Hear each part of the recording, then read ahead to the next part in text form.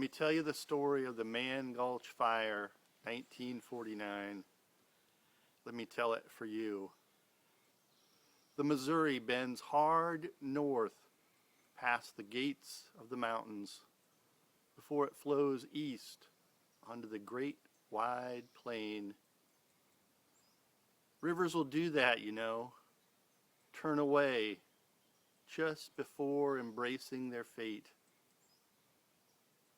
With one ranger already on the ground, 15 smoke jumpers fell from the hot afternoon sky. Shoots scattered them and their gear. That didn't matter. Just another 10 o'clock fire. Forest Service drops at 5, incident controlled by 10. Most of them were only boys, 18, 19, 20 years old. Some college kids on summer jobs. They jumped for pride and courage and a girl back home they'd met but hadn't loved yet. Boys will do that, you know, just before accepting their fate. And let me tell you, so will men. That fire blew up, so they crossed the gulch to the steep north side, angling toward the safety of the river. That fire blew up, and as blow-ups will do, it sparked pines and high grasses on the north side too. Then it was nothing more than a race.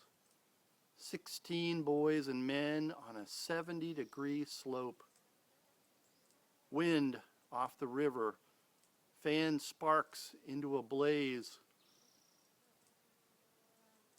pushed flame into a ball that grew and grew, a freak of nature.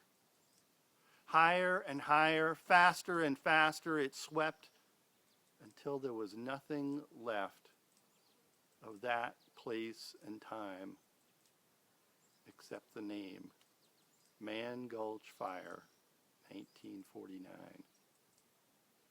I know you don't like unhappy endings, but we've traveled this far. There's no going back.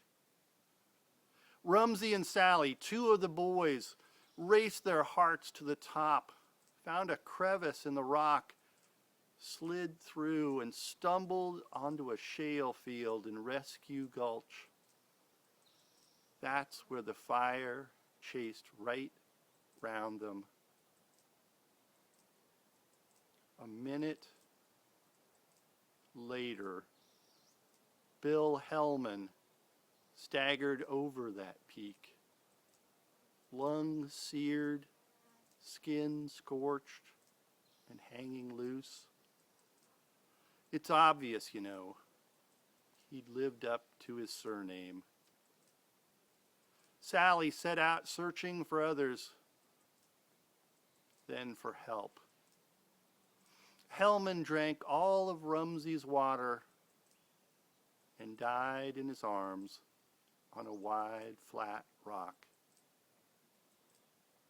That's where they set the first cross to mark where each one fell. You're good at math, like so many things you do well. 16 ran, 3 lived to tell. There was a man among those boys, the foreman, a man they called Wag Dodge, with a monster of fire right behind. He struck a second blaze and stepped inside its ring. He called to the boys to do the same, but Rumsey and Sally swore later they couldn't hear. Over the roar that swallowed every word, that nearly swallowed them. Those two escaped over the top. The rest of the boys got caught on the slope where the inferno ate everything alive, yet only licked at the smoldering ash where Wag Dodge dropped to suck the last air from the earth and survived. They put up 12 white crosses on that side of the hill, and one unpainted one to mark Wag's sacred spot. Wag Dodge rose from those ashes and heard a voice calling in the night. He stumbled and crawled 100 yards or more across the rocky slope, seeking that voice in the smoke and the dark. You know, I'd crawl too if you'd call. It was one of the boys beseeching, "Don't look at my face. Don't look at my face." The kind of cry a man obeys. That boy lived several hours, delirious and happy, somewhere beyond shock, till the rescue crew carried him away. They all perished save Dodge, Rumsey, and Sally. And if you should walk in on the ridge from the head of the gulch, the first thing you'd notice are the crosses so close to the top. Crosses for boys who didn't quite get to be men. For all the miracle of that gulch, Wag Dodge only lived 5 more years. Who knows why? It's said he took hard to the drink. Who knows? Maybe grief took hold and wouldn't let go until he went back for the boys.